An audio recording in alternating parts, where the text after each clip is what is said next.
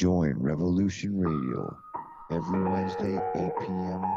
Eastern Time on Studio B for Momentary Zen with host Zen Garcia at freedomslips.com, the People Station.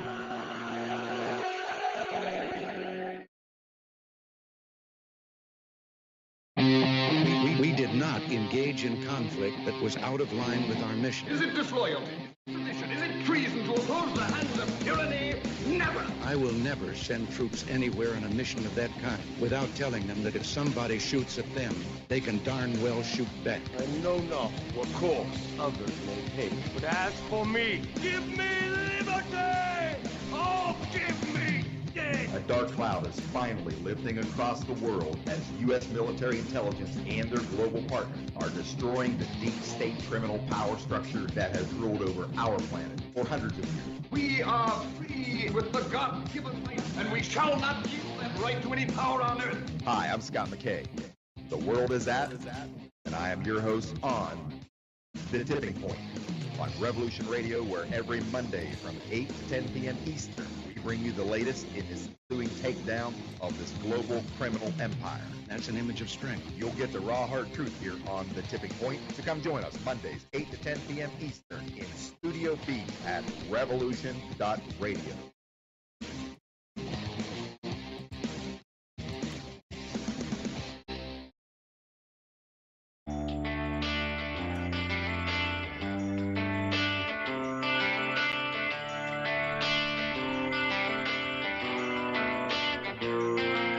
This is Thomas, a.k.a. a Mad Painter. I'd like you to join me Monday nights, 10 p.m. Eastern Standard Time for Open Canvas. Don't forget to bring an open mind. Yes, folks, that's right. Bring an open mind to an open canvas. Again, that is Monday nights, 10 p.m. Eastern. UFOs to government corruption. This is Revolution Radio, freedomslips.com. You don't need to expect us. We're already here. This is the people's war. It is our war.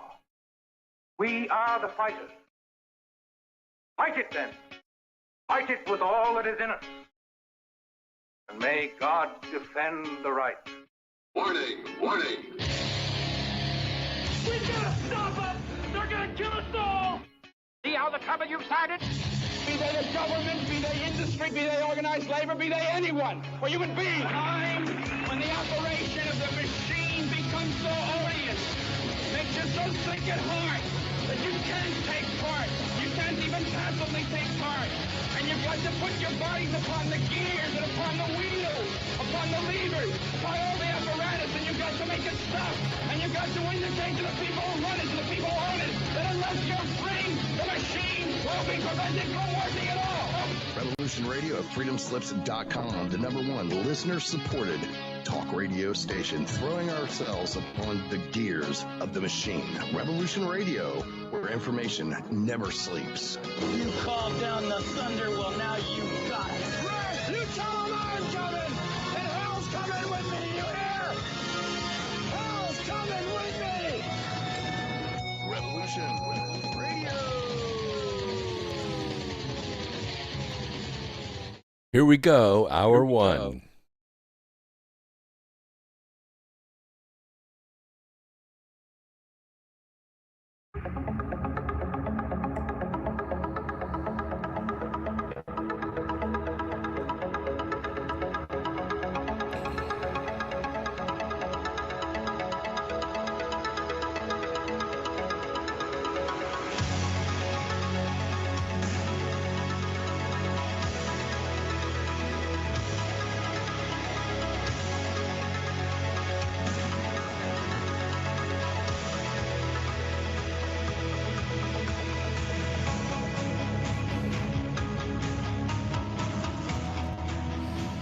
And greetings, Earth Explorers. Welcome to X Squared Radio. I'm your host, Brooks Agnew, coming to you live from an undisclosed location east of the Appalachian Mountains. This is where the past meets the future.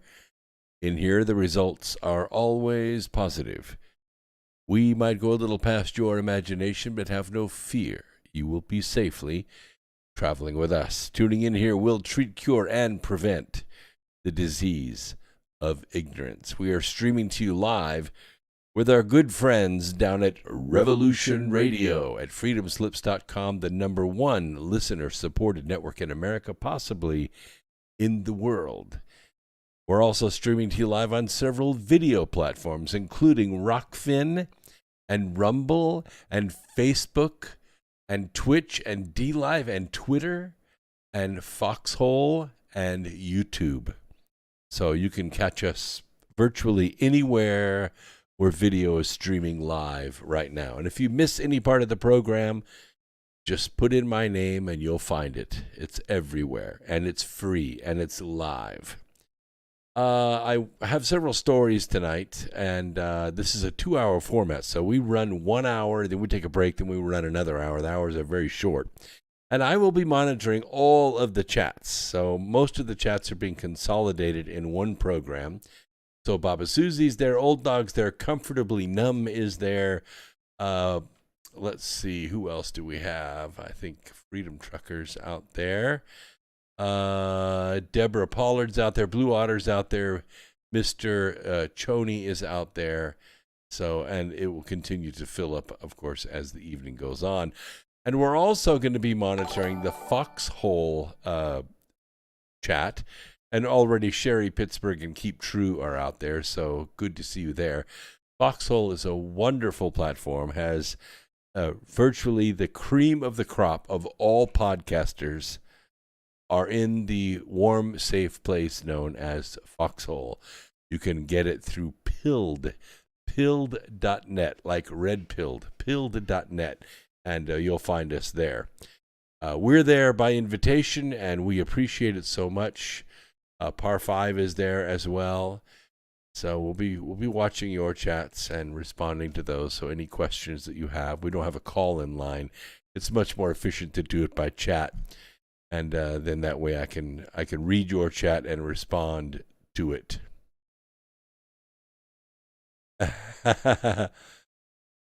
Oh, good to have you, Catherine, from Australia. That's very good.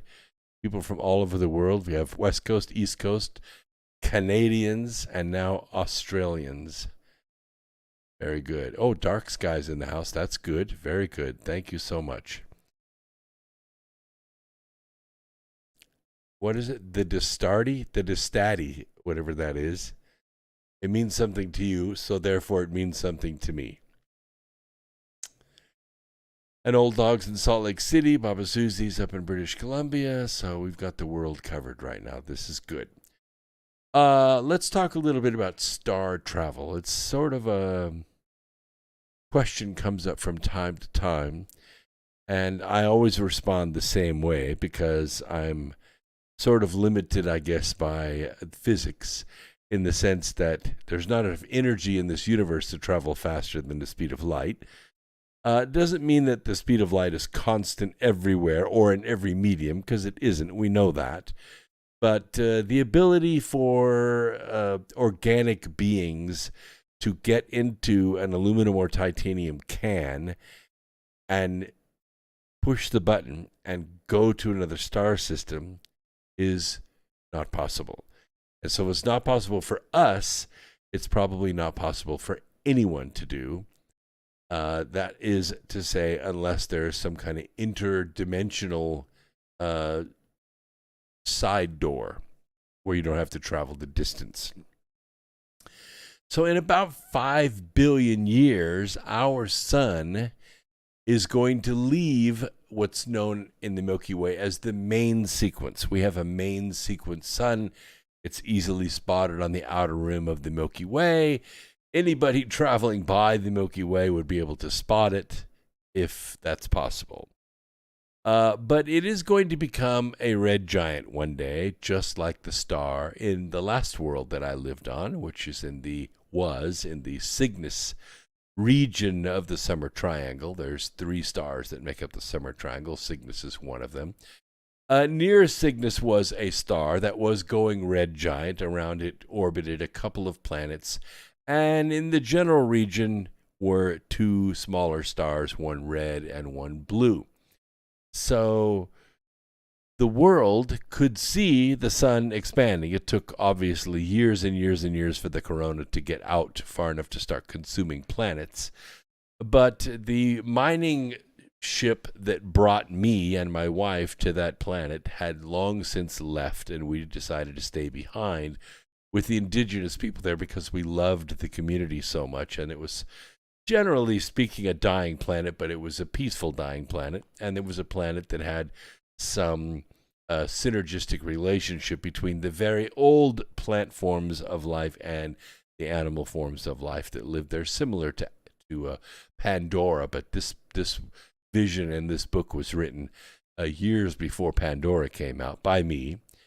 And as that sun went red giant, one day I went out on the terrace overlooking the sea, and suddenly I was dead. I don't know what happened, but I ended up passing away on that world, and that world was destroyed. And I showed up here on this planet. So this is just the way that souls come to this earth. They come to this earth from other worlds. You know who you are.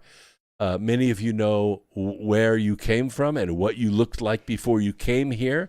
But a soul is a soul is a soul, and is it eternal, and it lasts forever. Not so planets. The red giant, that exploding star, that event took place 1,800 years ago, almost to the month. In fact, this is June. In 2 months, that would be August, 2 months from now, you're going to see the light from that event show up here. Everyone will see it. It'll be close to the North Star. It will last for about 2 or 3 months. You'll be able to see it with the naked eye, a little bit longer with the telescope. But that is the evidence of what I have long said is true and long predicted, that the light from that star would show up here. I knew it was 1,800 light years away, and that takes 1,800 years for light to travel. So eventually our sun will do the same thing. It'll be about 5 billion years, we expect, but it will transform into a glowing, malevolent ball, and it will consume and destroy, that is to say, turn back into energy, Mercury, Venus, Earth, and probably Mars as well. The question is, can humanity survive the sun's red giant phase? And the answer is no. Could they have survived it by migrating to another star system without the use of spaceships? Yes, but you're going to have to be born in a body on that world. So Universe Today readers are well versed in the difficulties of interstellar travel, and of course listeners to this program. Our nearest neighboring solar system, which can't necessarily sustain life as we know it here, there are worlds that can. Alpha Centauri may not have one of those planets in that system. If humanity had to, get in a spaceship and leave our solar system, and if we could identify a planetary home even as close as Alpha Centauri, it would still take us over 4 years to get there if we could travel the speed of light.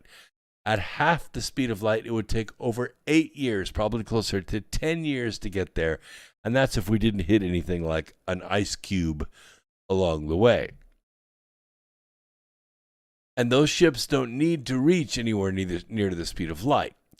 Entire generations of humans would have to live and die and be born on a journey to another star that takes hundreds or even thousands of years.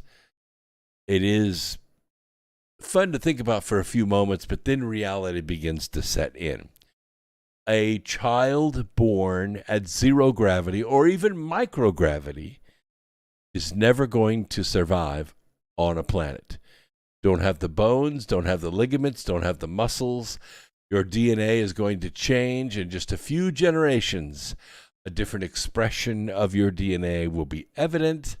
long since sleeping, will awaken and activate to the current environment, which influences the proteins that are made by the genes, or should I say influences the genes to make different proteins to respond to the current environment, which in that case is going to be a very small amount of gravity. Even with a very large ship, even the size of the moon, would be barely a sixth of what it is here on Earth.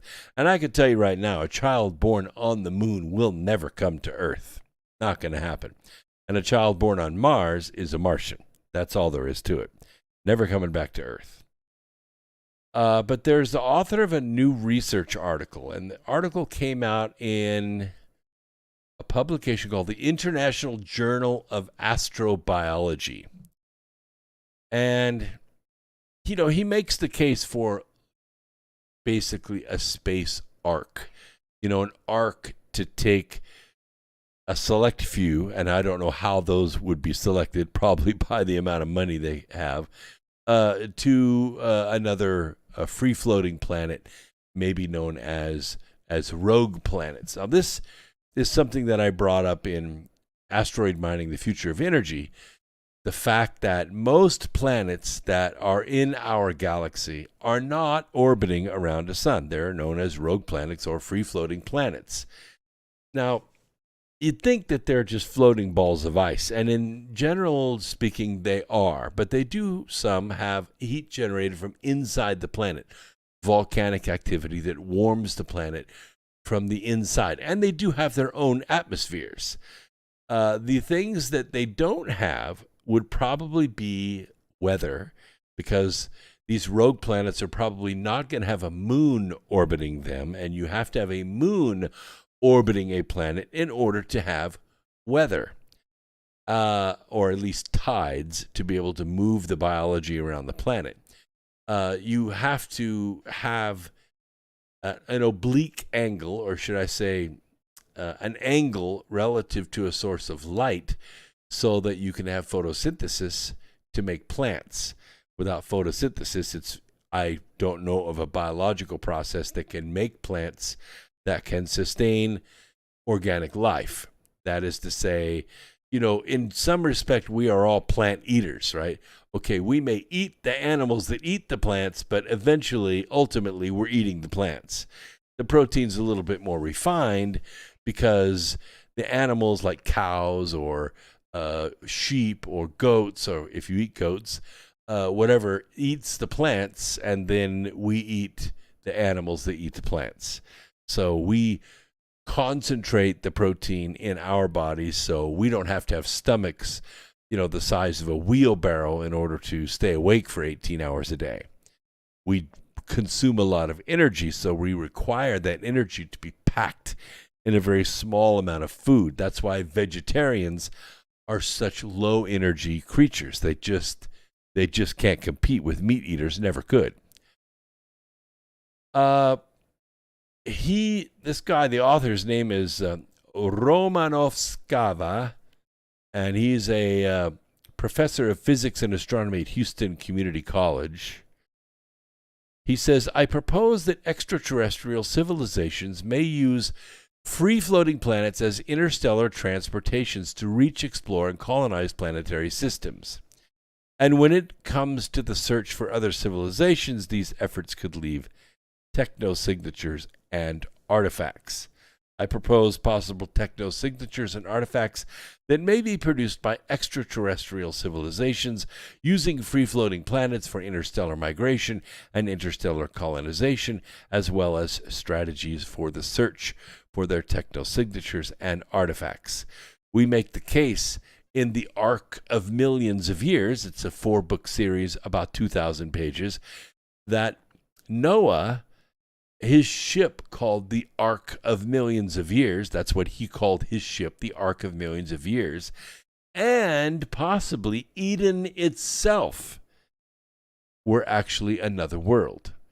Eden was a planet, and Adam and Eve existed in a garden eastward in Eden. So it is possible that Eden was sent or fell through the rift in the Milky Way to Earth, merged with Earth during the Great Flood. And when Noah's ship came to rest on the new consolidated planet, that genetic code blended with the genetic code that was already on this world. And we, the modern man, we are the result of that consolidation. It's as sound a theory as anyone, and we do see even in flora, even in fauna, and especially in humanity, we see a sudden change in the DNA of all of these species, and it happens around 3900 BC. As these planets float through space, civilizations can exist on them or in them, because most civilizations, well, I'll put it this way, it is rare to find a planet that you can survive on the outside of the planet, on the surface of the planet, with nothing but your birthday suit. You don't have to have a special spacesuit because you're born in one. And it's true, we have walked through a virtual ocean of viruses and microbes for millions of years, and this is the result. We can we could be born in and walk freely around a world totally infected with life. From the highest altitudes to the deepest depths of the sea, we can survive. It has been a struggle, and our DNA is a virtual junkyard of that struggle. There's a lot of scrap iron in our genetic code left over from that ancestral battle with other life forms on this planet. We think of free-floating planets as dark and cold and inhospitable because there's no sun, and just the cold darkness of space for hundreds of thousands of years while this planet, floats through the neighborhood. But they do have subsurface oceans. We have a moon in our own solar system that has subsurface oceans, salt oceans. But a free-floating planet would provide gravity. It could provide a source, or at least a medium in which life that we introduce to it could thrive.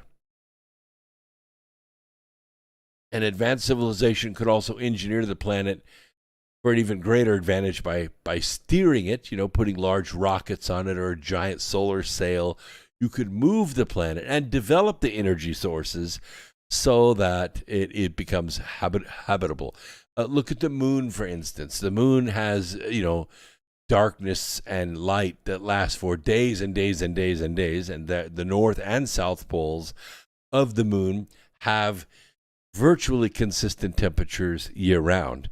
Of course, the high altitudes up at the edge of the craters can be used to capture sunlight, both at the North Pole and the South Pole of the moon, all the time. The sun would never set.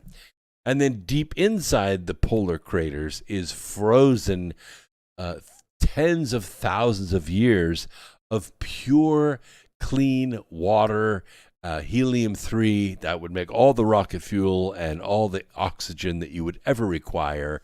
In fact, for Earth, there's enough helium-3 on the moon in one crater to supply Earth with clean energy for 10,000 years.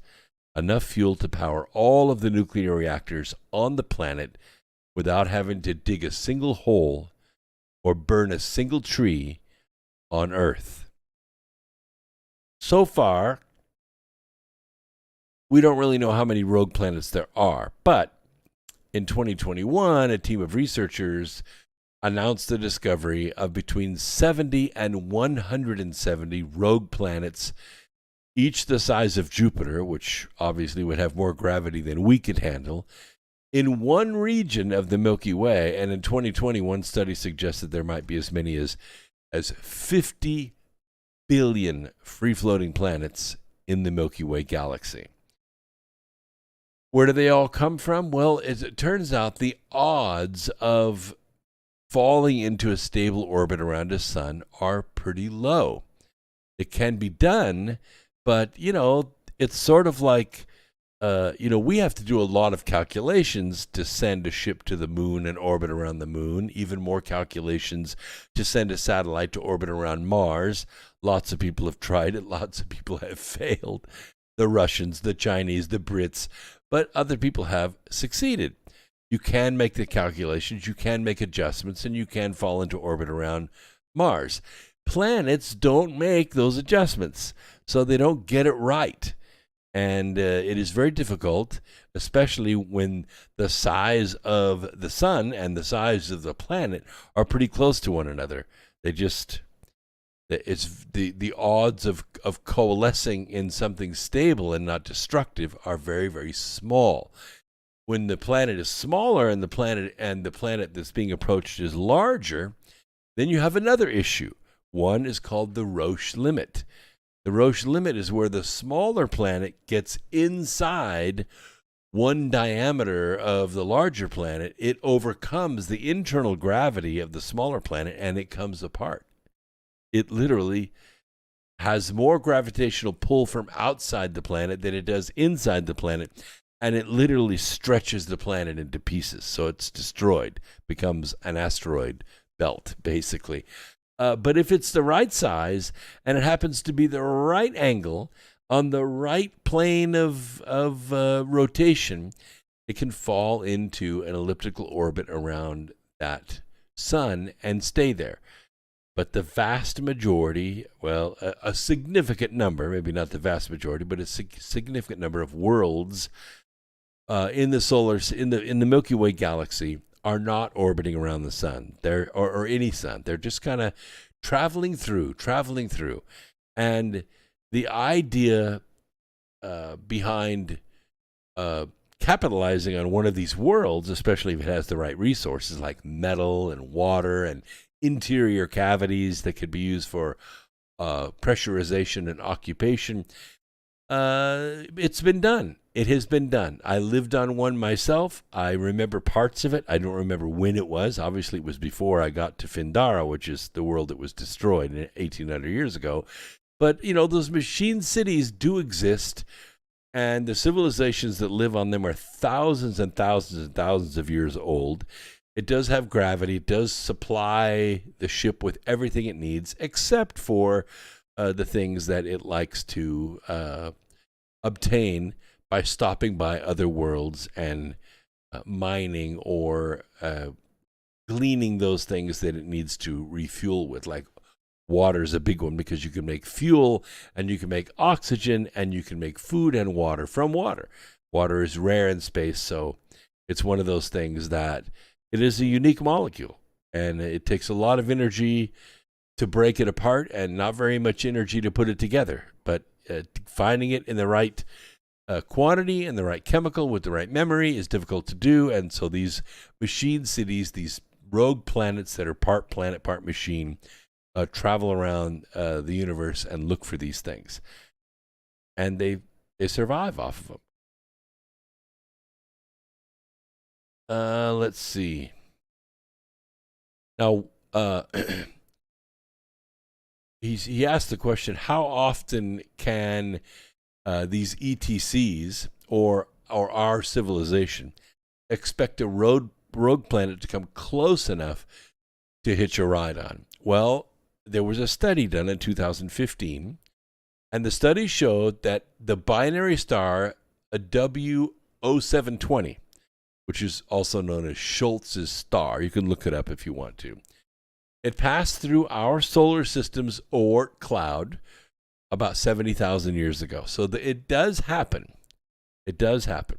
Now, while that star was not a planet, it shows that objects floating through space do pass relatively close, and it's not that hard to get to the Oort cloud and to catch a ride.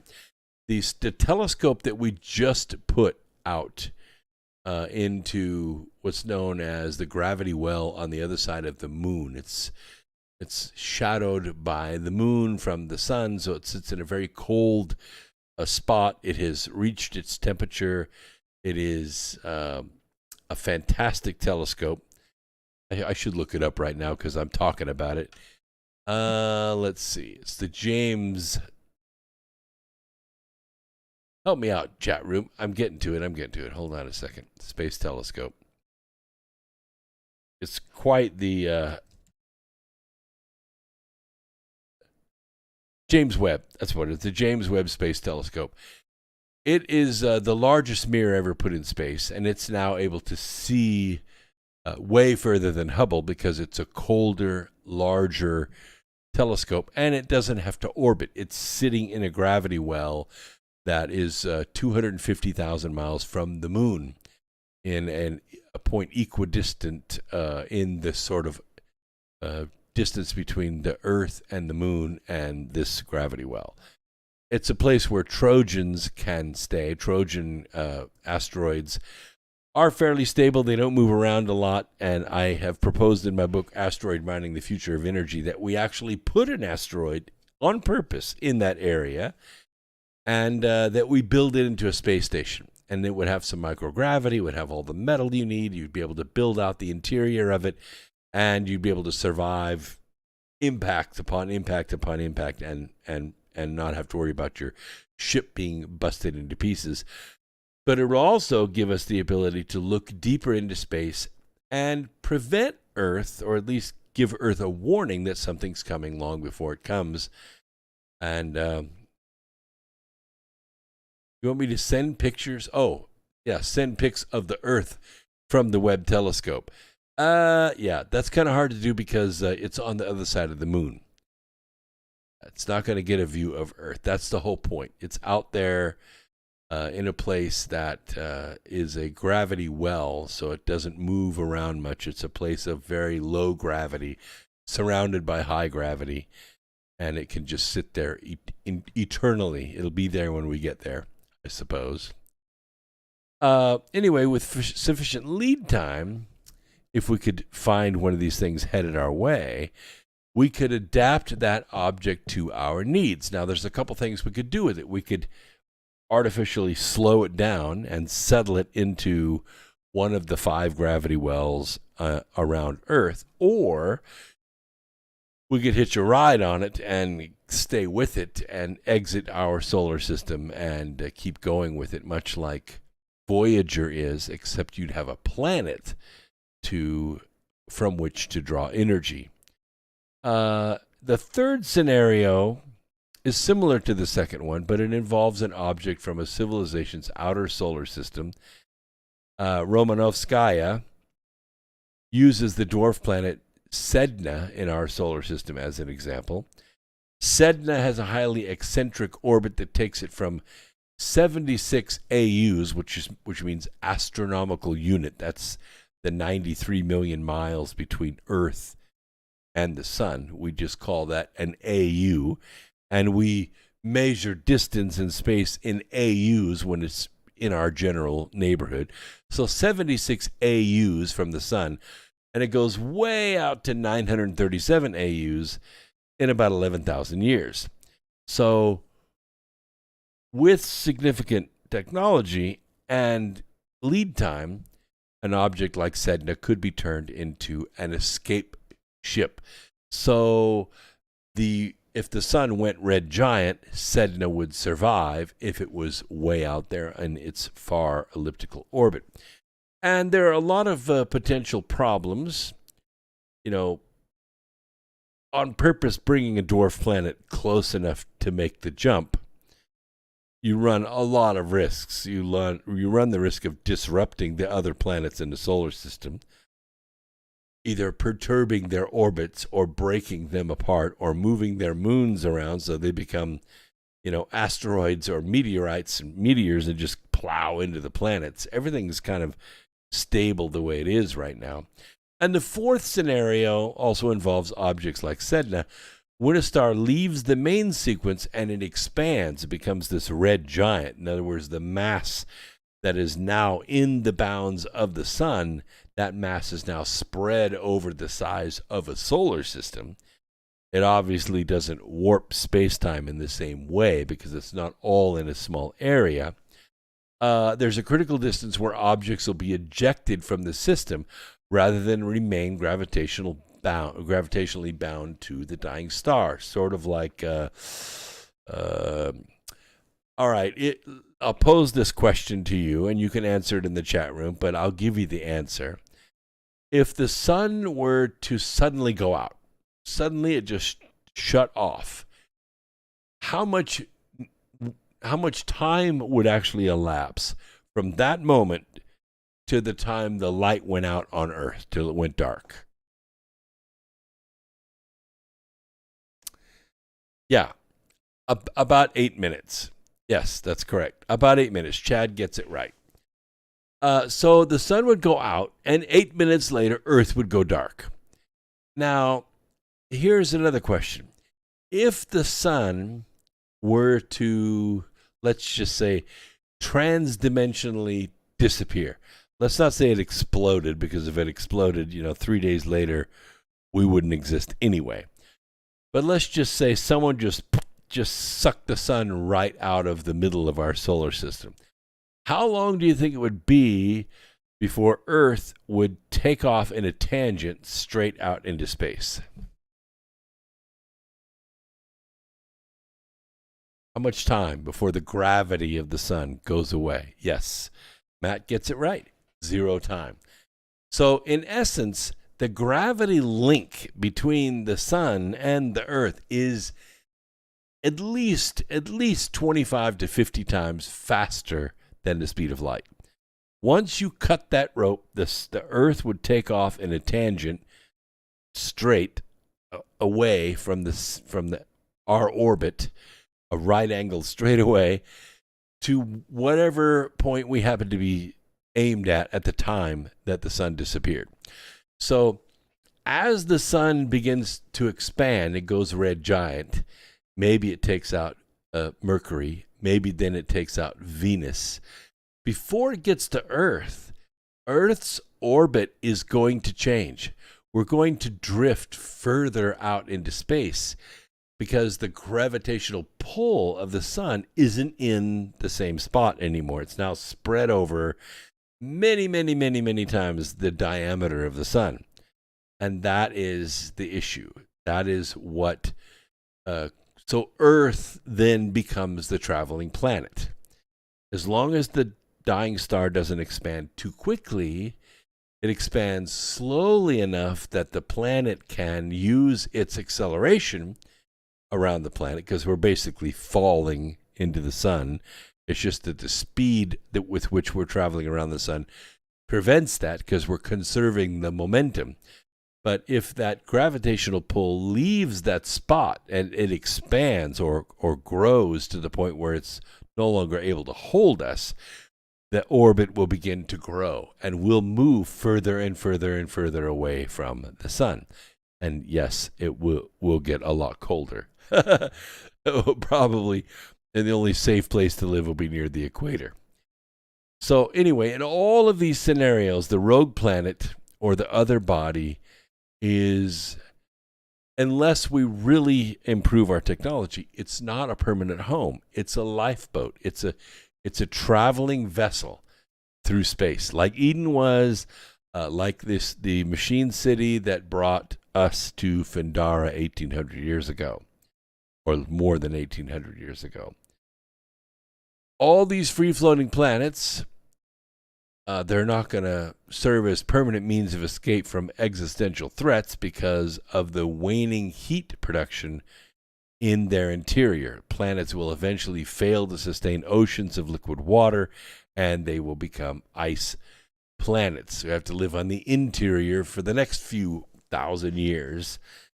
Instead of making free-floating planets their permanent homes, extraterrestrial civilizations could use the free-floating planets as an interstellar transportation to reach and colonize other planetary systems.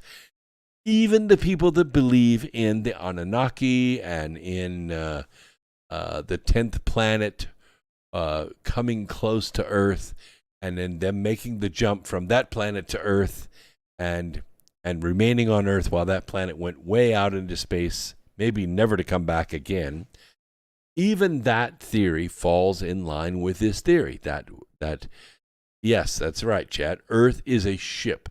It is a very unique ship, and I will say good planets are very hard to come by.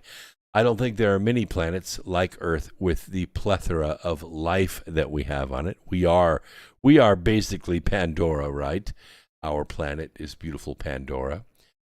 Maneuvering either a spacecraft or a rogue planet with gigantic solar sails, the size of South America, or a cyclotron radiation, or something like that, it would take tremendous technology. And if there was this and there is this technology out there, I can tell you from experience, there is this technology out there, and it can be detected, but it is so far away.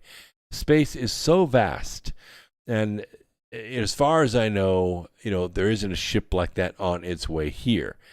If it was on its way here and it was traveling very fast, it could arrive shortly after its light reaches us. So if we look out into space, we're not actually, we're going back in time, basically, but we're not actually exceeding the speed of light by doing that. We still have to wait for the photons of the image to reach the telescope. You understand what I'm saying? Even though we're talking about a focal length that is incredible, it still takes a while for it to reach here.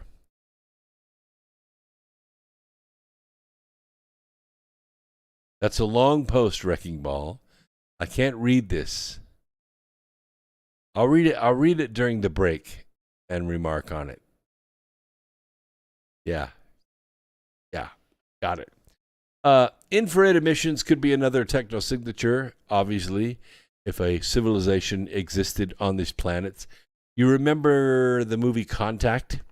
You remember when Elle was like zipping, through, and she's the pod she's in is going through these wormholes, and it comes to a stop, and she looks through the transparent wall, and she sees a planet, and there's city lights viewable, and she says, they're alive, and then it takes off again somewhere else.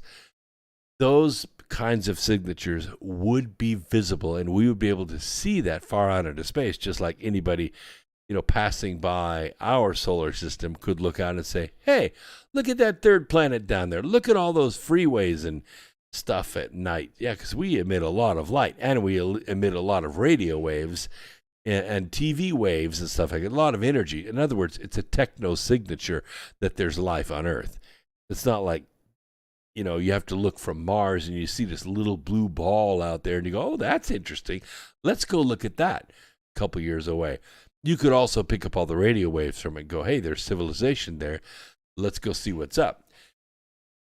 Same thing. We have radio telescopes on Earth and in space way out there. Even Voyager has technology on it that can pick this kind of stuff up. So if there is a techno signature out there, we would have detected it. Well, let me rephrase that. The people that operate the space programs would have detected it. Whether or not they would share it with us, I guess, is what disclosure is all about, isn't it? It's what disclosure is all about. All right, let's see here.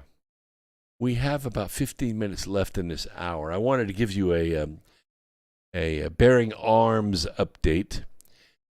Friday, May 27th was my birthday. Thank you all for helping me celebrate. It was a great time. I went out karaoke singing and had a great time at what's known as Jeff's Bucket, which is kind of a weird name, but it's the really only underground karaoke club in Charlotte. By underground, I mean you go way down some stairs underneath the basement of another building, and there's this place called Jeff's Bucket. If you're ever in Charlotte, look it up. They do karaoke 7 days a week there. Good sound system, good DJ, every song known to man. And the crowd is very energetic and is made up of either fans of or very good singers. And if you ever sang in a band or a choir or anything like that, you you develop the voice, you have the ear, you can sing a song in 1 or 2 or 3, sometimes 4 octaves. And when you go out and you sing, the thing that you appreciate, well, yes, of course, the cheers, but you appreciate other good singers. It's like a community, because singing live, I know a lot of you, like, a little bit of pee comes out when you think about getting up in front of other people and singing. But if you've been doing it your whole life, or you get hooked on it later in life, you realize singing is a spiritual experience. It is. When you get up there on stage and you have that microphone and there's, 30 people or 3,000 people out there in the audience, and you're able to move them or influence them in a good way with your voice, that's a great feeling. And then, when you come down off of there to, let your voice rest a little bit and throw something cold past your vocal cords, when people come up to you and say, hey, I did not expect that. You did that really well. Yes, that's right, chat. It's cymatics.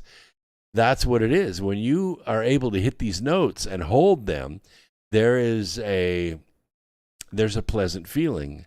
And when someone gets up there and sings a good song well, and yes, there's rap and there's country, and then when you mix country with rap, you get crap.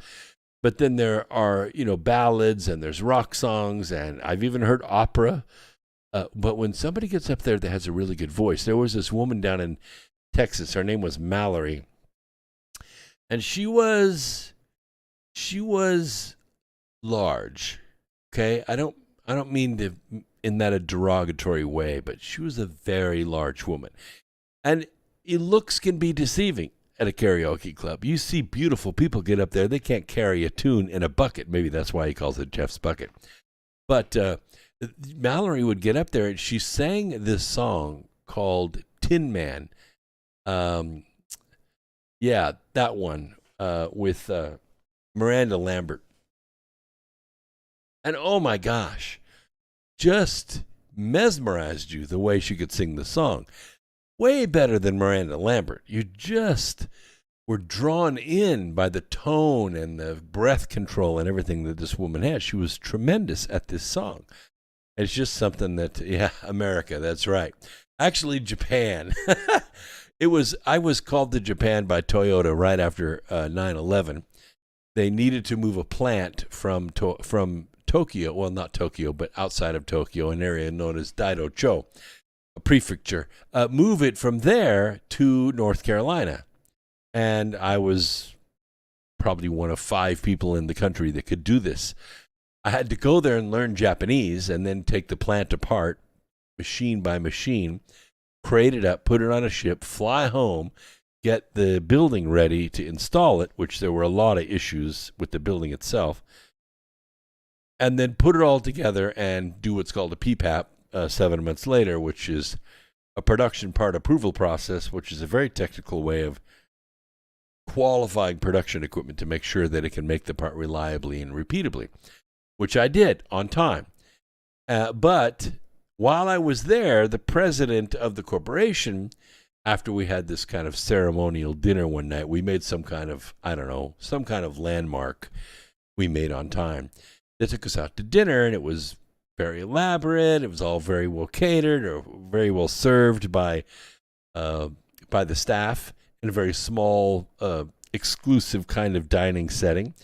And we were on, the 18th floor of this building. They have restaurants, way up in buildings in Japan. We took the elevator down, walked out onto the sidewalk, walked around the corner of the building, and on the side of this building, like this 20-story building, on the side of this building is a door right there on the sidewalk, like another door, an unmarked door. And we knocked on it, and they opened the door, and it was a little tiny private karaoke club.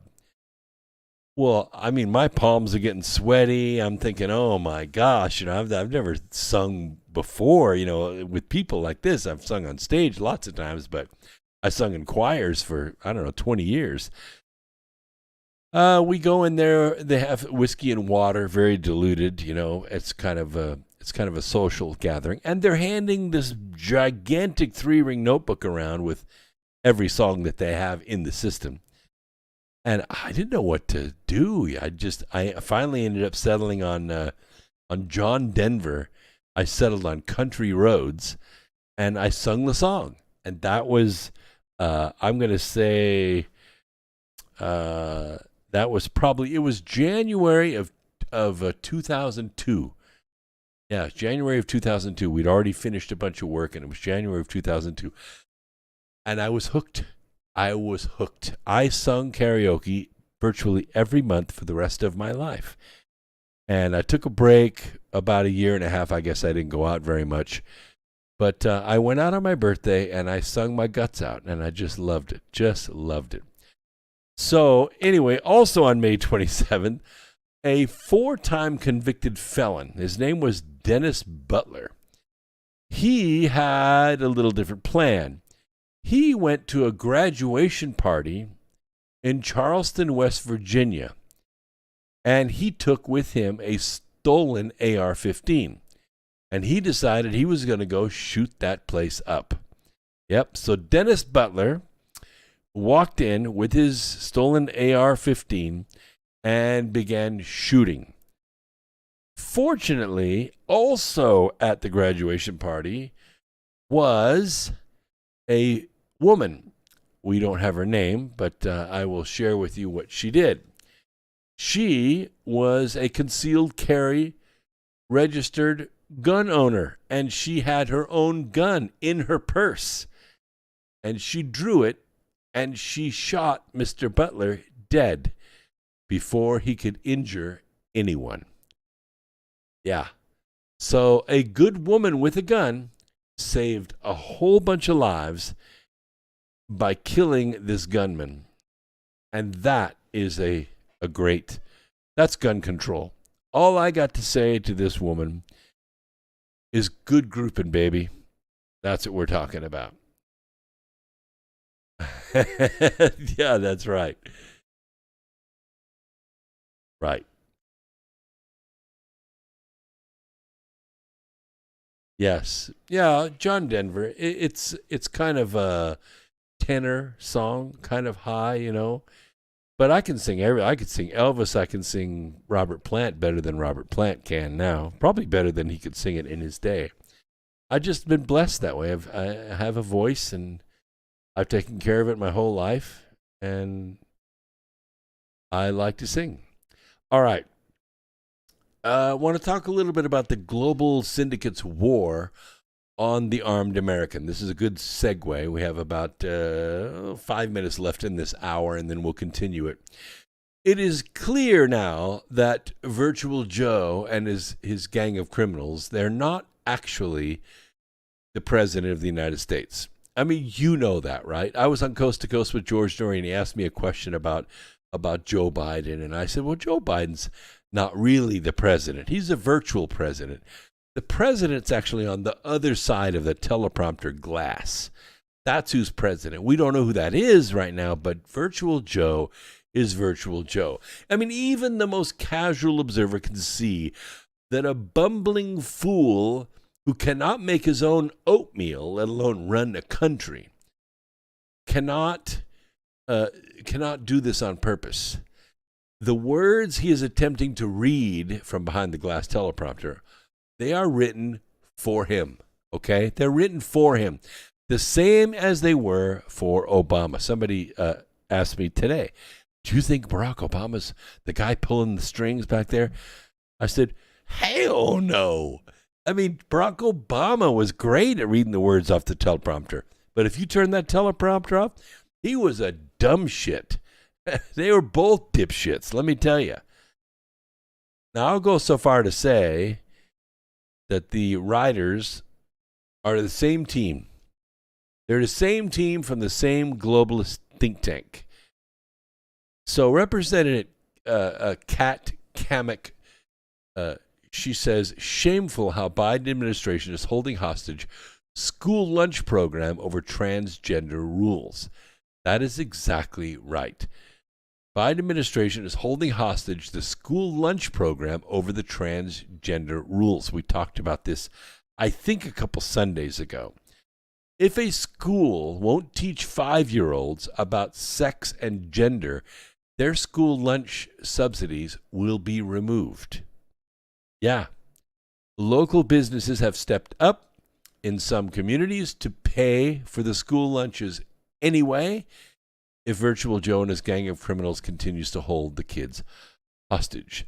After more than a year of attacking Virtual Joe as a commander-in-chief, who is a bumbling, incompetent, prone to foot-and-mouth rambling until he is lost and mentally challenged idiot, Republicans have finally figured it out. I don't mean to get political about this, but this is more about government than it is politics. They have finally figured it out. The most unpopular features of the current American scene, which would be what? High gas prices for everybody, right? Food prices, that's another one. Transgender mandates, right? 0.3% of the population is now jerking the rest of us around like we're rag dolls. And let's not forget the open border, right? These are the main issues. They are relentlessly painted as part of the president's and the Democrats' deliberate policies. This is exactly right. They're not mistakes. They're not shortcomings. They're not incompetencies. They are themes. Now, what most people don't understand is the reason federal land oil permits are critical to our energy dependence is because that's where the oil is. That is the entire reason why those are federal lands. There is no coincidence here. Once oil was discovered, the federal government simply stole the land from the state, and that's how they control the oil. It's not the other way around. It's not like somebody went onto federal lands. Oh, look, we discovered oil on federal lands. That's not the way it works. Oil was discovered first, and then the federal government stole the land. High gas prices that we're experiencing right now are not even a function of more than 2 million barrels a day refining capacity taken offline during the unnecessary and terminally damaging COVID lockdowns. High gas prices are not a function of Russia's military operation in the Ukraine. We can overcome all of those issues without raising the price of gasoline or diesel fuel much, maybe a couple pennies. The natural response to an arbitrage opportunity always brings out the best in people. It always does. We always innovate. We always figure out a way around it. Okay? The only thing standing in the way of that ingenuity, invariably, is the bureaucratic government. Virtual Joe is following an agenda that was given to him to do everything possible to ensure that not only will gas prices rise to a completely unacceptable level, but that they will stay there until what's left of the middle class is left broke and out of gas by the side of the road. The global syndicate declared war on you in 1928, and they have not changed their strategy one bit since then. To let you know how insidious and evil their plot is to destroy America, a couple of months ago, there was a little announcement that Virtual Joe would raise the cap on ethanol. You remember that ethanol blending, the raise the cap on it, into gasoline stocks beyond the 10% limit, like 15%, in order to alleviate the gas shortage. You remember that? Well, we'll talk about it right when we get back from the break. 3 minutes, hang in there, call your friends. This is the key. See you in 3.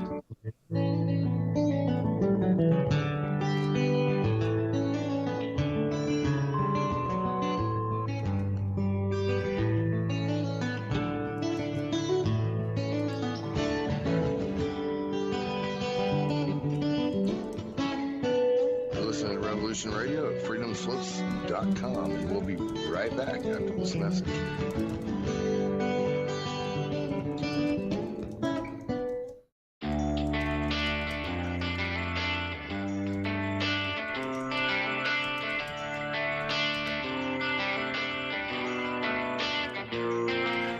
This is Thomas, a.k.a. a Mad Painter. I'd like you to join me Monday nights, 10 p.m. Eastern Standard Time for Open Canvas. Don't forget to bring an open mind. Yes, folks, that's right. Bring an open mind to an open canvas. Again, that is Monday nights, 10 p.m. Eastern. UFOs to government corruption. This is Revolution Radio, freedomslips.com. You don't need to expect us. We're already here.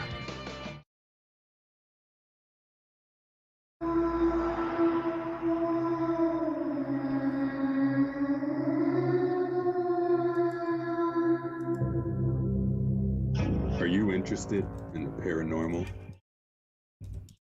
murder mystery,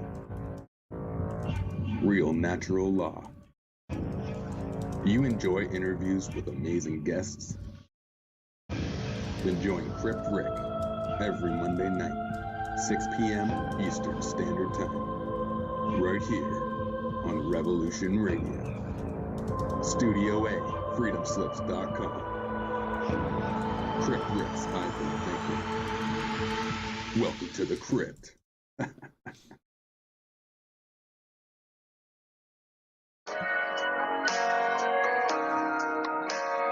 Join me at Revolution Radio, Studio B, at 11 a.m. on Saturday for Free Association, when we take a look at philosophy, spirituality, psychology, social issues, and geopolitics. It's every Saturday at 11 a.m. Eastern on Studio B at freedomslips.com.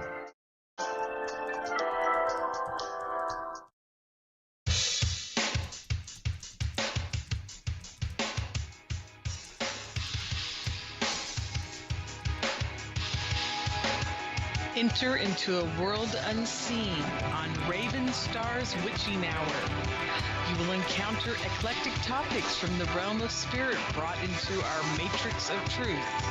With your host, the Solaris Blue Raven. Solaris will bring you an array of unique guests covering topics from ghostly spirits to amazing anomalies, covert technology, UFOs, and shadowy global events. And that's right here at Revolution Radio, freedomslips.com, Saturdays midnight till 2 a.m. Eastern Time. Revolution Radio, where information never sleeps. Let the magic rise.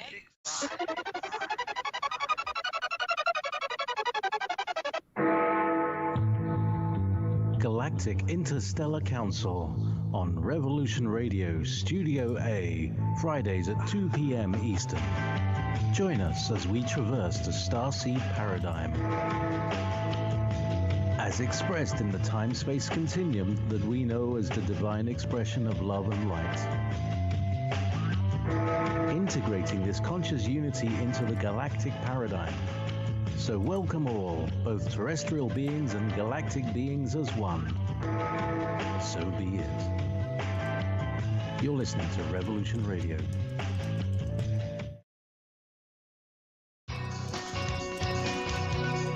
Thank you for listening to Revolution Radio at freedomslips.com. Any commercial advertising you may hear in this program is of the sole discretion and benefit of the host of whose program you are listening to. Revolution Radio does not endorse any commercial products, nor does it accept monetary compensation for on-air advertising of commercial products, nor will it ever. We are and shall remain 100% listener supported. Any product advertising on this program are considered used at higher risk, and Revolution Radio shall not be held liable for any claims or damages received from any product advertised within this program. Revolution Radio, where information never sleeps.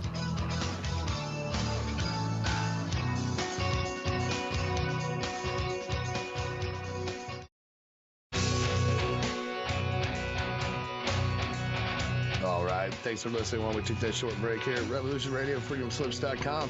And yeah, we're going to get back to your host. All right. Hey, thanks so much, everyone, for hanging out. We're here on Revolution Radio Network, and we are also streaming live on several video platforms. Just put in my name, Brooks Agnew. You'll find me. It's everywhere. I also have my ad page running on the video. So if you're interested in any of the books that I have authored, there are 7 bestsellers there. I promise you, once you start one, you got to have them all, so you might as well do it. If you buy from Amazon, they're going to ship you the book. That's no problem, but it's going to come with no signature. I fixed that. I created this signature card. See where it says the present from the future. And there's a blank space right here. What I'm going to do is I'm going to affix my signature big and bold right there. And then you're going to receive this, and you could peel off the back right here and stick this right in the book, okay? So it fits right inside the cover. And now you have a signed copy. And these are free. All you have to do is go to my website and request it. Go to the store and request it, and I will send it to you. By the way, I had somebody do that. They bought a whole bunch of Amazon books from me, and they failed to give me their name. So I have their signature cards, and they're in this envelope, and you'll notice it's blank. So if you're the person that called me and asked me to do this, they're all signed and ready to go. You have to call me back and give me your name and address, and I will stamp this and send it to you. It costs you nothing. I'm so happy that you bought the books. I want you to have the autographed versions. Here's another bonus for you. If you buy any one of these books that you see up here on the screen, there are 7 of them. I've written 11, but 2 of them I don't have the audiobooks done on. I will send you the audio version of the book for free. So if you're not a good reader, don't worry about it. I read it for you. And then that way you can listen while you drive, you can listen while you're jogging or working out. I've done it. They're really interesting. And I'm the guy that read it. So, all right, let's get back to what we're talking about here. Since 1928, the Global Syndicate has been trying in earnest to use several methods to get their world back. You know, they controlled it for 5,000 years, and then they lost control of it in 1776. They tried war 4 times. 4 times. They tried the Revolutionary War, obviously. They tried the Civil War. And then they tried the 30 Years' War, which started in, 1915 and went all the way to 1945. Oh, they took a small break in between, but it's the same war, same players, same people. And now they're trying this global war, which is just an economic and chemical disaster. To destroy the free world. And you know, once they rid the world of liberty and freedom, it's never going to come back. No one's ever going to fight for it again. What's the point? What's the point? America succeeded, and here we are 246 years later, and they have us on our ass. So a lot of people miss this, that Virtual Joe raised this ethanol limit beyond the 10%. Obviously, on the surface, it sounds like an idea, kind of simplistic and ingenious at the same time, along with the releases from the Strategic Petroleum Reserve, if we were no longer to buy crude oil from the Russians, right? There's only one problem with this. There isn't enough ethanol to blend into gas. Oh, and that Strategic Petroleum Reserve, it didn't go to us. It went to Europe because the prices rose there. And moreover, the same fuel needed to produce nitrogen fertilizer, which is needed to produce the corn, is part of the same supply shortage that we're supposedly trying to help overcome, right? So syndicate think tanks, they already know this. That's why they did it. They aren't stupid. Well, except for Elizabeth Warren and AOC. They're dipshits. Lastly, it takes at least 15% more energy to produce the fertilizer to grow the corn, to convert to ethanol, to blend into the gasoline than it takes to crack the crude oil in the first place. You put it on a truck, you deliver it to the corner gas station, and not only that, the fuel delivers less power. So it takes more gas to go the same distance. And there are only 2 people winning in the ethanol business. And that's the corn grower and the corn storage bin builders. Those are, by the way, the very strong lobbies as well. Biodiesel, on the other hand, biodiesel delivers 292% the energy at the crankshaft than it takes to produce it.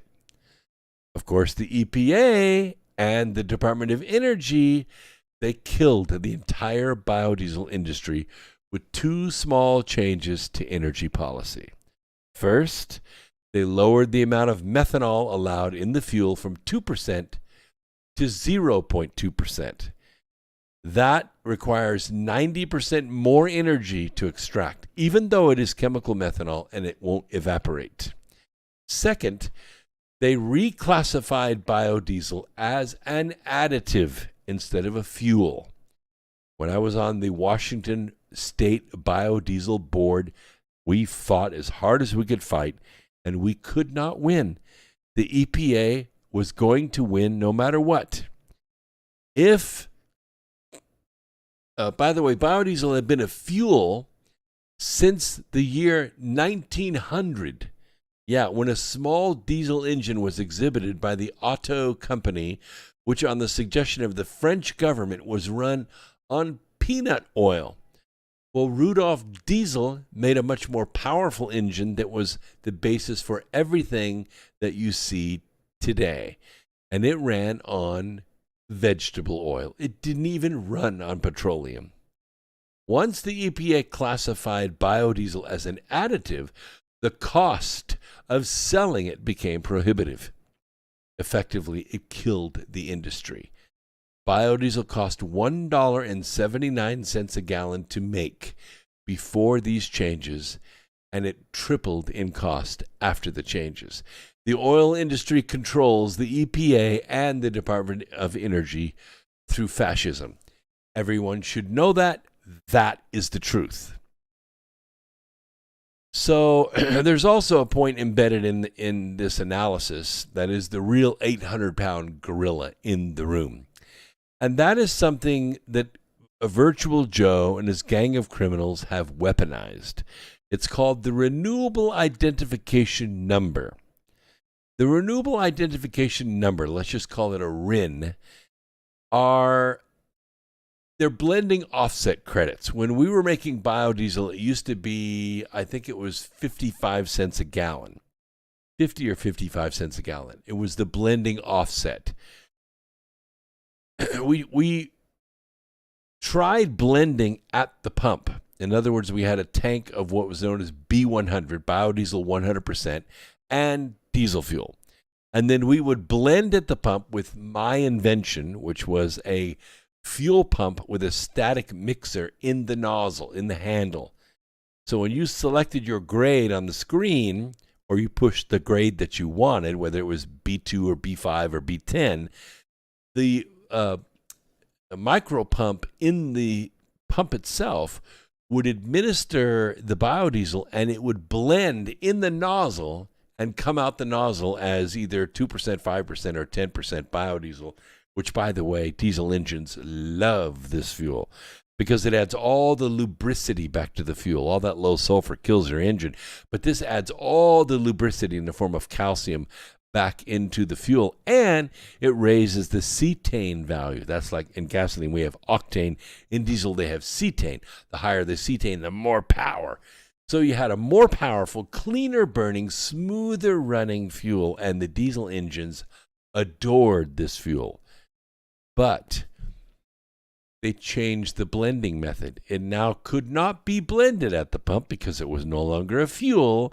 It was an additive, which meant it had to be splash blended, which meant the gas station now had to have a tank, a separate tank for B2, a separate tank for B5, a separate tank for B10, and the diesel.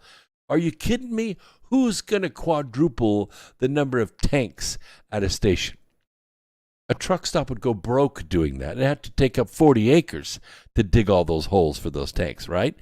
It's insanity, absolute insanity. That's how they killed the industry. They changed the blending. So the blending offset credit was never realized because we couldn't blend the fuel. It's simple as that. So The RIN costs are passed on, by the way, that 55-cent subsidy, it's passed on to you, okay, the fuel buyer.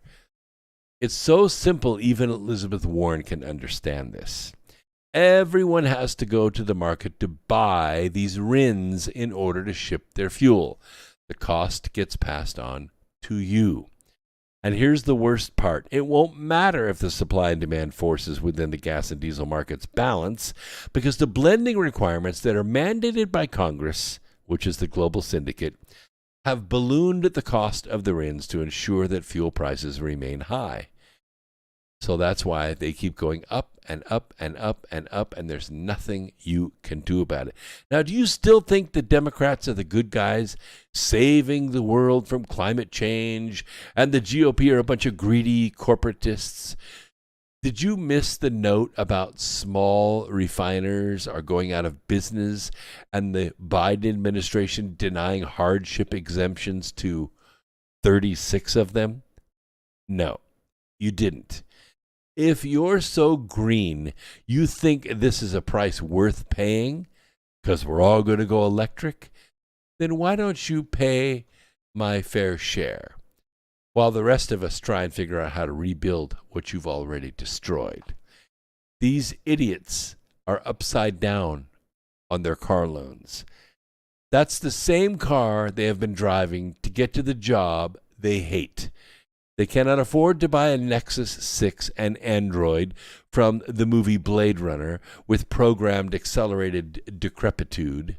I love that flying car, by the way. I think that's the coolest thing. Ethanol, for what it's worth, is a lousy fuel, and it's a lousy additive to gasoline. It makes great biodiesel after you use it to trans-esterify instead of just add it to gasoline and burn it. But I told you, they already shut that industry down. It also burns more corrosively because one of the byproducts of burning ethanol is water. And this water contains acid that eats through regular steel. So that's why you have a stainless steel exhaust system now, because regular exhaust would literally rot off the car in 12 months. Yeah, you'd see mufflers all over the freeway. And so there you go. Your car is going to cost you more per mile. It's going to go fewer miles. And the only thing it goes through faster than it did before is the depreciation curve. But of course, that is exactly the point. That's exactly what Virtual Joe and his gang of criminals want to accomplish. If they can't persuade you to buy a shitty, explosive electric vehicle, they'll just destroy your existing car faster with substandard fuel and then outlaw the integrated circuits in the future. Now, according to the USDA, that's the U.S. Department of Agriculture, and you're thinking, what the hell does the USDA have to do with fuel?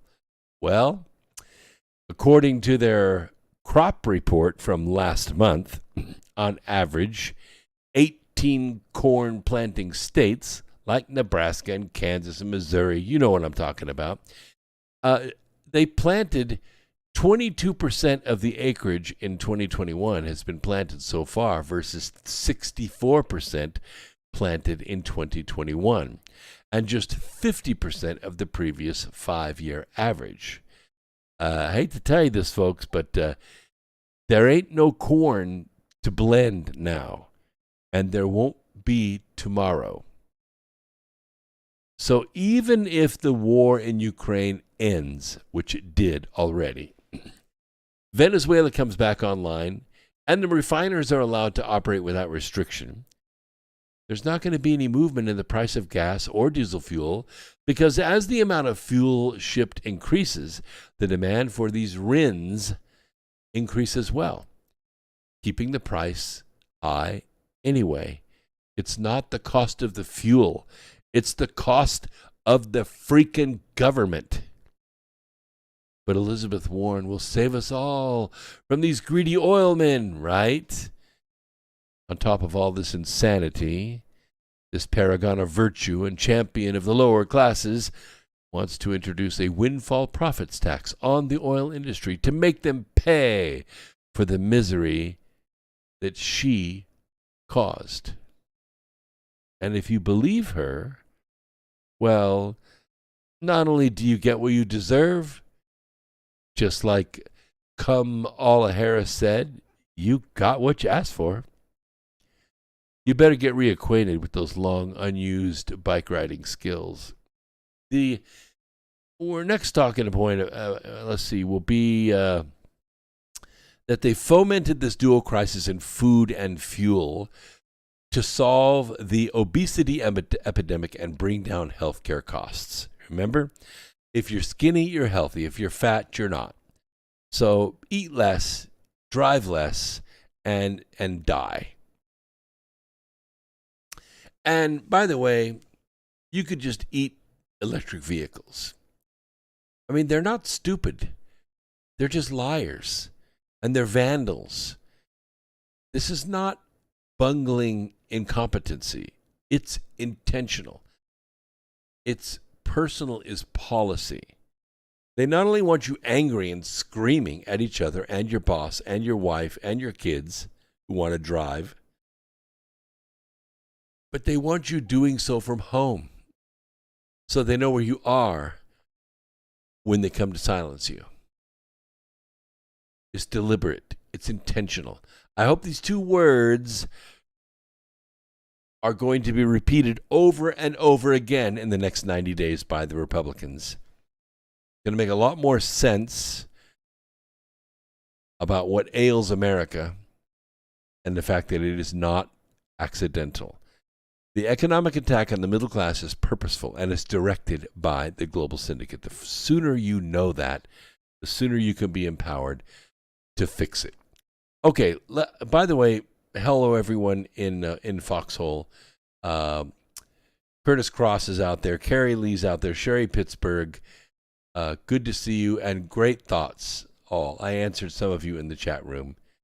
Also, Par 5 is out there. Keep true, obviously. We couldn't do anything without you. And hip to the dip. That's pretty good. I like that. Thank you all so much for being out there in the chat room and to my chat room and all the other forums. We have YouTube out there. We got Rumble. We have Rockfin. We have D-Live people. Lots of D-Live people. Thank you, D-Live, for supporting this podcast so well. We've brought a big audience there, and they like you, and we like them. It's a good question. Chris Life says, how chaotic will Congress get if the GOP takes House and Senate this fall? Well, it depends, because we don't really talk politics here. We more talk government. So it's not just that the GOP takes control of the House and the Senate. It's that the Democrats lose. I don't really care who replaces them. I don't think it needs to be a single party, by the way. I would like the Freedom Caucus to form its own party, because they're not really GOP. Or maybe I should put it another way. They need to make the GOP their party. And they need to get rid of all the rhinos that are selling out this country for Chinese money and Russian money. That's what's happening. So in that sense, maybe it's a little politics, because at the core, United States works better as a two-party system. It works better on the local level. It works better on the state level. It works better on the federal level. What we have a problem with is who has taken over the Democrat Party and a good portion of the Republican Party. That needs to go away. So we need new Republicans. And so far, it looks like that's going to happen. But let's talk a little bit about our signature story tonight, which is the two time crystals have been joined. Physicists have just taken an amazing step toward quantum devices that sounds like something out of science fiction, but it's not. For the first time, isolated groups of particles behaving like bizarre states of matter known as time crystals have been linked into a single evolving system that could be incredibly useful in quantum computing. I know you've heard a lot about quantum computing. In a nutshell, we have built our computing system on what's known as binary states, or zeros and ones, right? Zeros and ones, or yes and no, or plus and minus, binary states.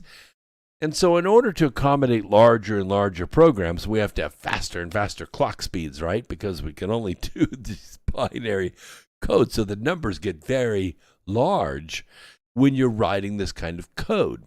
So, we had to go to 286 to 386 to 486, and then, it just went on and on. And now I have a quad chip in this, and it's still not fast enough, because the programs are memory hogs. But what happens if we go away from 2 states and we go to 3, or we go to 4? Now we have a primary, secondary, a tertiary, and a quaternary state of logic. Now the amount of clock speed it takes to handle data is dropped by 4 factorial. That's 1 times 2 times 3 times 4, 16. It drops by a bunch. So following the first observation of the interaction between 2 time crystals detailed in a paper 2 years ago, we talked about it a little bit here. It was interesting but not intriguing yet. Now it's getting intriguing. The next step toward potentially harnessing time crystals for practical purposes, such as this quantum information processing I just described to you. Time crystals, only officially discovered and confirmed a few years ago in 2016, were once thought to be physically impossible. Because, we think of matter, we think of it as a solid, a liquid, or a gas, right? Everybody knows that from high school, or if your mom taught you to cook in the kitchen. And these are phases of matter that are very similar to normal crystals, but for one additional peculiar and very special property. In matter, we call this an azeotrope. This is like a superfluid, like something that exists in all these states at the same time. But in regular crystals, of course, if you are a crystal cruncher, you're used to this, right? You're used to these crystals. 3-dimensional grid structure like the atomic lattice of a diamond or this rose quartz crystal right here. And these repeating lattices can differ in configuration, but any movement they exhibit comes exclusively from external pushes. Okay? Nothing happens on the inside. These can be programmed with a little bit of the right frequencies, but that's it. In time crystals, the atoms behave differently. They exhibit patterns of movements in time that can't be so easily explained by an external push or shove. And these oscillations, I don't know if you ever made a crystal radio when you were a kid, but basically no power supply, just a crystal, tuned to a certain frequency. And when the local radio station would broadcast in that frequency, the crystal would pick it up and it would put sound in the earphone. It was faint, but it worked. It's because the crystal could operate in that specific frequency only. That's why they call them crystals. Now, theoretically, time crystals tick at their lowest possible energy state. It's always known as a ground state. They don't just suddenly, do their thing, regular crystals. And so therefore, they're stable and they're coherent over long, long periods of time. So where the structure of regular crystals repeats in space, in time crystals, it repeats in space and time, thus exhibiting perpetual ground state motion. Everybody knows that perpetual motion machines are not possible. However, in quantum physics, perpetual motion is okay as long as we keep our eyes closed. By sneaking through this crack, we can make time crystals. The time crystals the team have been working with consist of what are called quasi-particles. They're called magnons. Magnons are not true particles, but consist of a collective excitation of the spin of electrons, like a wave that propagates through a lattice of spins, and all those spins will balance out according to the Pauli exclusion principle. Magnons emerge when helium-3, we've talked a lot about helium-3. Helium-3 is talked about extensively in my book, Asteroid Mining, The Future of Energy. It is a stable isotope of helium. It has 2 protons, 1 neutron. It is cooled to within 1/10,000th of a degree of absolute zero, and this creates what is called beta phase superfluid, a zero viscosity fluid, which you would think would be a solid, with low pressure. In this medium, and by the way, this is about where the helium-3 sits on the moon, in Schrodinger's basin. No, that's not. It's Schrodinger's basin is the location of the crater. The crater is called Shackelford. Shackelford's crater. It sits at a pretty close to absolute zero in that crater. So this is the beta helium-3. It's just sitting there. 10,000 years supply of it, by the way. A Bose-Einstein condensate is formed from bosons, cooled to just a fraction above absolute zero, not reaching absolute zero because everything would stop moving. Got to have some movement. And this causes them to sink to their lowest energy state, moving very slowly, and coming together close enough to overlap, producing a high-density cloud of atoms that acts like one superatom, or we could call it a matter wave. I know that's kind of an oxymoron, but a matter wave is a very good description of this structure. Now, when the 2 time crystals were allowed to touch each other, they exchanged magnons. And this exchange influenced the oscillation of each of the time crystals, creating a signature system with an option of functioning in 2 discrete states. In quantum physics, objects can have more than one state, exist in a mix of those states before they've been pinned down by a clear measurement. So, long story short, more sophisticated interactions between time crystals and the fine control thereof will need to be developed further, but we're getting close. Elon Musk has talked about this, and they're really, really excited about this structure that they have built on a board. And we're going to be observing the interacting time crystals without the need of cooled superfluids, but scientists are optimistic. I don't think we're very far away. Remember, this was only introduced in 2016, and we already have a kind of working prototype, way, way, way faster than any processor that we've ever built. Even the most basic one is faster than the Cray supercomputer.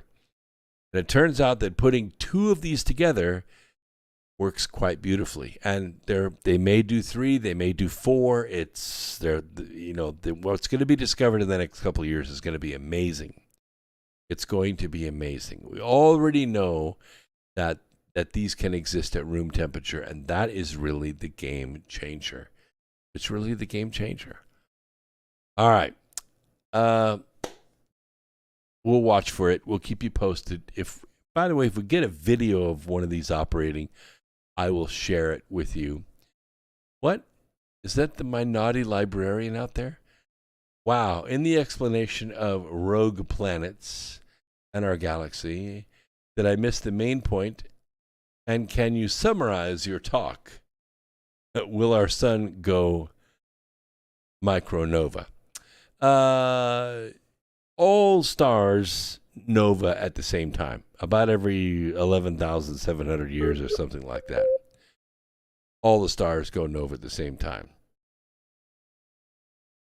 So what we're actually talking about is our star dying. That is to say, all of the hydrogen fuel runs out, not enough to make helium anymore. It's not going to happen for 1 billion years or so. But at that point, the sun begins to go what's called a red giant. It goes many, many, many times its diameter, even though it's the same mass. So you're spreading that mass out over a larger and larger area. And, of course, as the corona of the sun grows, it consumes the planets that the corona envelopes. It burns them up. But also the gravity diminishes. And as the gravity diminishes, the planets that are further out from the sun, it might not say Mercury, and it might not say Venus, but maybe by the time the corona gets close enough to Earth, maybe the gravity will deplete far enough, or that is to say, become less centralized, and the conservation of momentum will then cause Earth, its orbit, to become larger and larger and larger. And maybe, if the gravity of the sun gets to a certain point, the Earth will take off at a right angle tangentially out into space and become a rogue planet itself. Yes, it's scary, Deanie Live, but the thing that you have to think about it, it's 1 billion years from now. You can live a lot more lifetimes between now and then. The sun is going to be stable for a long, long time, although we are experiencing a very quiet sunspot activity, which is causing our atmosphere to thin greatly. Yeah, I get you. I can prove gravity exists. Trust me, I got a lot of bangs and scrapes on my body where I've interacted with gravity. I don't have to prove gravity exists. If it didn't exist, it doesn't exist in my dreams, and I can fly just fine. But I can't fly when I'm awake because gravity's holding me down. All right, stolen American weapons are for sale on the dark web. Yep. Where do you think your $40 billion in aid is actually going, America? As our sources reported to us recently, the weapons are being sold, and they're being stolen right off the trucks and sold brand new online. And I'll give you 2 guesses who's buying them. And I'll give you a hint. It ain't the good guys. People inside Ukraine have already posted several American-made FGM 148 Javelins. Yeah, the tank killers. For sale on the dark web marketplace and on Thief Marketplace. And by the way, Javelins use a heavy metal insert that can go right through armor plating. They are absolutely wonderful for shooting through buildings. You should see what they do to police armored vehicles. One posting was made less than 3 hours ago, and the seller advertised shipping available from Ukraine, specifically Kiev. By the way, the seller's charging just $30,000 US for what seems to be, the image is just the tube. No, I'm not going to show it.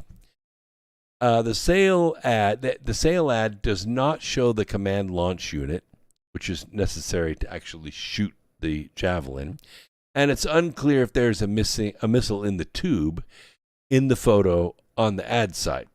The full ensemble of the Javelin system usually goes for about $206,000 American, with the command launch unit valued at around $120,000, and each missile is about $80,000. So this posting at $30,000, it's a steal. It's really a bargain.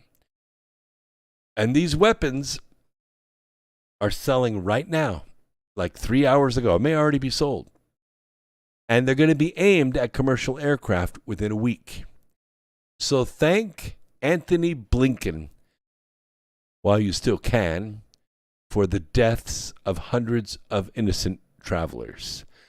Hundreds of millions of dollars in weapons and ammo are being stolen by Ukrainians as soon as they arrive in the country, and those Ukrainians are offering the weapons for sale on the dark web. And they're getting rich, and they don't care who dies for their blood money. And what really infuriates me is when I realize that the U.S. Department of State doesn't care either. How much is being stolen? According to sources, about 67%. 67% of the weapons are being sold directly into the black market, and Zelensky's people are responsible. don't bother calling your congressperson. They knew what was going to happen to these weapons the instant they got there. And they voted for it anyway. You have a chance to fix it. You could fire them all in 90 days. Every last one of these assholes has to be fired in November. Everybody that voted to send weapons to Ukraine should be fired. Oh, and by the way, the online seller, I went to a store. Yeah, he has several other American advanced weapon systems, ranging from Stinger manpads, Phoenix Ghost drones, small arms, ammunition. There's enough advanced weaponry to wipe out half of D.C. right there on that site for sale. And it's cash and carry. So hurry up. Right now, today is Wednesday, June 8th, just to date this whole broadcast if you want to know. Ukraine is free. Yes, you heard me right. Ukraine is free. Those of you who listen to this program regularly already know that Operation Z has been a complete success. And the people of Donbass are now free to go their way as Russians, if they please. They haven't been taken over, but we picked this article up in TASS a few hours ago. Residents of any Ukrainian region, let me say that again, residents of any Ukrainian region will now be able to apply for a Russian passport in the Kherson region. Head of the Kherson region's military civilian administration, Vladimir Zaldo, told journalists today. Now, there are a lot of people who come from other regions and are now in the territory of the Kherson region. The Passport Service had some doubts whether to accept their applications, but yesterday, at a meeting, listen closely, don't miss this. I got your attention? At the meeting yesterday, a decision was made to accept the paperwork from all those wishing to obtain Russian citizenship, regardless of whether a person is registered in the Kherson region or not. Yeah. The official specified that until yesterday, the residents of other Ukrainian regions were denied applying for a Russian passport. Yet, by now, these restrictions have been lifted. Now, this is not a visa, okay? This is a passport, just like you have a U.S. passport or you have an Australian passport. That means the applicant will be Russian and not Ukrainian anymore. Millions of people living in Ukraine are expected to apply. Zelensky is president of what exactly? The Kherson region is in the southern part of Ukraine, not the eastern part of Ukraine. It borders the Republic of Crimea. You remember Crimea voted to be annexed to Russia? They all have Russian passports.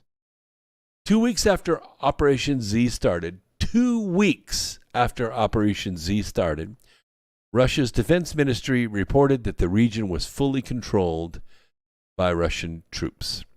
The people are free to go their way as long as they don't have Nazi tattoos or as long as they have not committed any war crimes against ethnic Russians over the past 8 years under orders from Victoria Nuland and the U.S. State Department. A military civilian administration was formed in the region in late April. That was about a month and a half ago. The Ukrainians' regional authorities also indicated their desire to accede to Russia. They have told Zelensky they no longer support his Nazi stormtroopers. As I said, Ukraine is free. Once you have a Russian passport, you can go anywhere you want. So what else is the global syndicate doing? Zelensky works for Israel? Whatever. Eric, I don't even know where you got that. I don't know that. I don't have any proof of that. Zelensky is a dancing teddy bear. I mean, a little teddy bear with high heels. And he works for the global syndicate, which is not Israel. It may be Brussels. It may be the fourth floor of the U.S. State Department. But it ain't Israel. Where is President Zelensky going to do about these passports? There's nothing he can do about it. If these people go to any border, any airport, and they present a Russian passport, they can fly anywhere they want. Anywhere they can get a visa to go. And a lot of places in the world don't even require visas from Russians. So they're free. They're no longer Ukrainians. They don't have Ukrainian passports. They don't have Ukrainian citizenship. They now individually have Russian citizenship. Simple as that. That's how it's done, people. That's how it's done. Yes, he worked for the cabal. Exactly. The cabal is the global syndicate. When you say cabal, it's kind of a mishmash. I use global syndicate because I can break it down into the 4 divisions. The 4 divisions are military, banking, the global media empire, which is basically 6 rich white guys and the tech giants, and the banks, or the political arm. So you have the political arm in our country is what's known as the Establishment Party, which currently is all the Democrats and a good part of the Republicans. That's the Establishment Party. The military arm is the CCP. It is Anthony Blinken. It is all the people that are accommodating the destruction of the middle class using American military personnel and weapons. That's the military arm of the global syndicate. And we're battling the global media empire right here because we are the mainstream media. The fake stream news, they're everywhere. They're on the radio, they're on Sirius XM, they're on cable, they're on satellite TV. We are everywhere. We are the mainstream media the way it was always meant to be, decentralized. There are probably 200-300 of us, not just 6 channels. There's X22 Report, there's Red Pill 78, there's Just Human, all these people. We're all the press. And that's the way it's supposed to be. We're not in competition with one another. We present the press to you. We interpret the news the best that we possibly can from a truthful point of view. And then you make up your mind. That's not the way the fake stream news works. The way the fake stream news is, they make up your mind for you. They're the ones that tell you what to think. And if you don't think the way CNN wants you to think, you don't think the way MSNBC wants you to think, you don't get on. They don't present your ideas. That's not what we do. We are the mainstream media. We represent the mainstream. So the global syndicate is about to go nuclear on the banks. Yeah. And we knew this was coming. We told you middle of last year that the global syndicate would break the American banks, and then they would swoop in with their new SBDC, their new digital currency, central bank, CBDC, their new central bank digital currency, and they would save us. They would save us all. Don't worry, none of your credits will be missing, but you might not be able to use them for what you were using them before. You can't buy a weapon or ammunition. You can't buy, gasoline. You can't, say, travel for fun on a vacation. No, that's a waste, unnecessary to the state, and you will not be allowed to do it. The global syndicate has taken 2 major steps this week toward destroying the banking industry. First, of course, they printed $2 trillion in worthless cash, and they dumped it into the economy, driving inflation over 30% in most sectors, sometimes as high as 60% in some of the smaller sectors. And second, they raised interest rates to drive down the inflation that they caused by printing the money. And this caused a collapse in the pace of mortgage applications. That's the heart and soul of the American economy. The Mortgage Bankers Association reports a 6.5%. I got to take a drink of water after that. My God. A 6.5% week over week drop in mortgage applications. I mean, I will never smile again. It's the fourth straight weekly drop, by the way, to its lowest point in more than 20 years.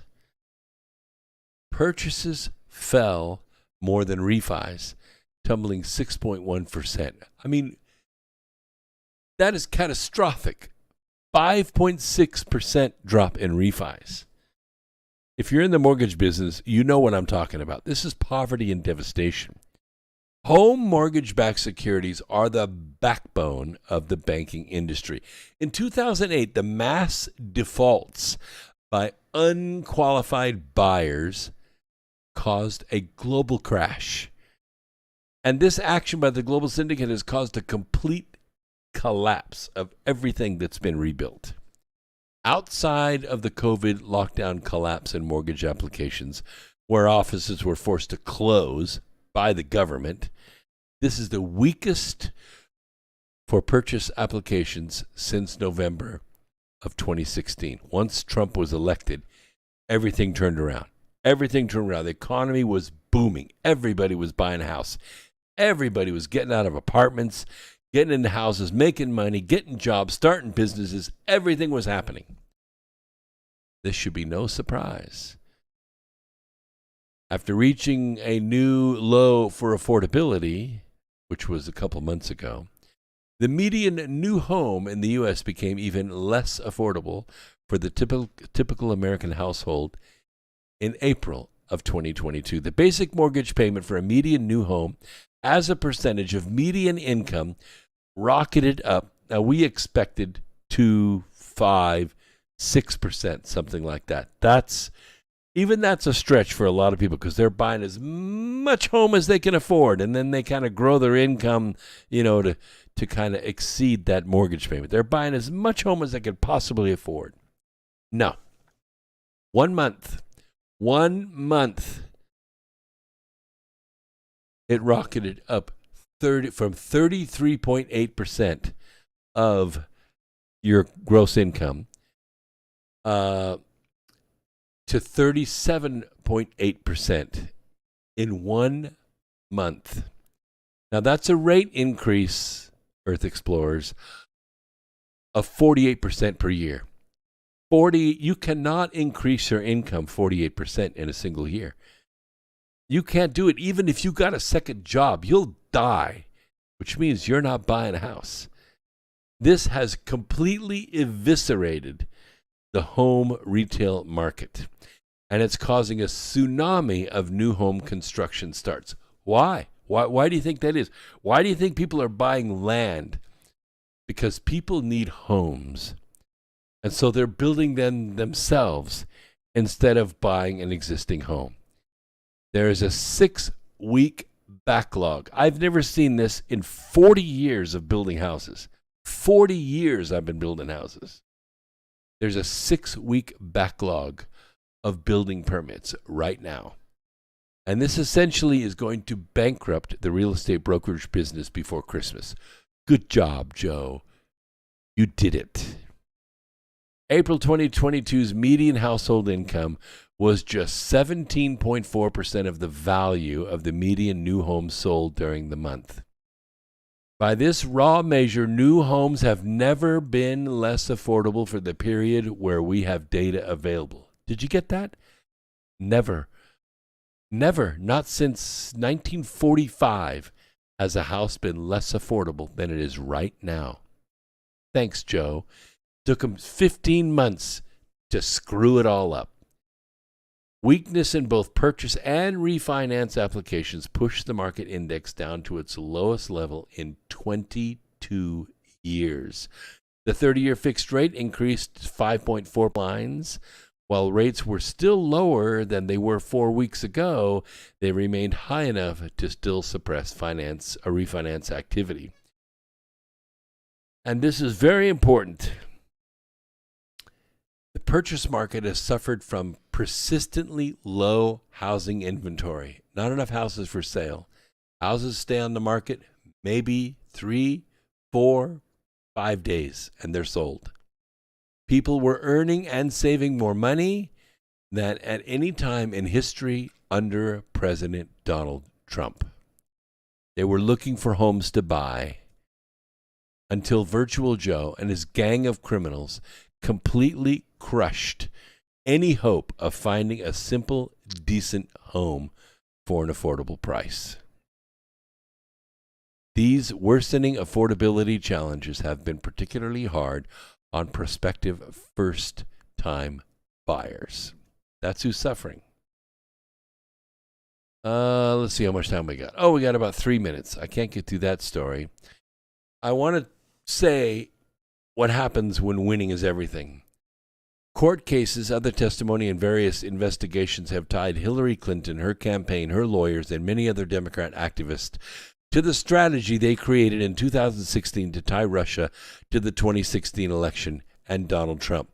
Now you know why we have so many school shootings, because Hillary Clinton's name was mentioned in public in an accusatory manner. That would include the now debunked Steele dossier. By now, a report has suggested that Barack Obama, who reportedly earlier was briefed on Clinton's plan to tie Russia to Trump, to distract the public from her own email scandal.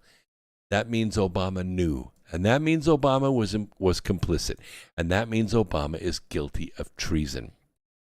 Yes, and it is coming. It is coming. All right. And you also know that Steve Bannon is now suing back, countersuing.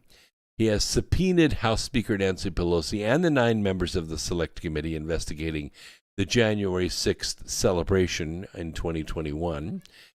Bannon, who was Trump's chief strategist, faces 2 charges of contempt of Congress for refusing to testify or produce documents. He has pled not guilty, and his trial is due to start on July 18th. But now he is trying to turn the tables on his accusers. So his lawyers subpoenaed all the members of the House committee investigating the events, along with 3 staffers and Douglas Letter, the general counsel of the House, according to copies obtained by reporters. So this is called discovery, and it's going to hurt. It's going to hurt really, really bad. Let's see. Not going to cover that story. Not enough time. You remember when Bernie's people provided a handwritten list of Freedom Caucus members of Congress to kill? Remember when this guy went to the congressional baseball practice and chased the caucus members into the dugout while he fired his AR-15 at them while he approached?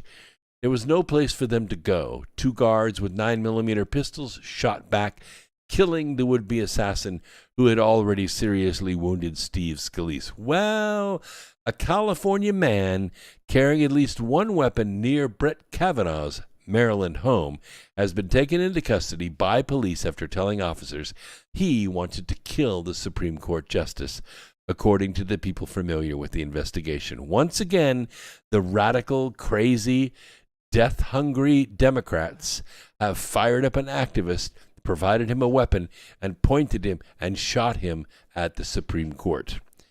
When will this end?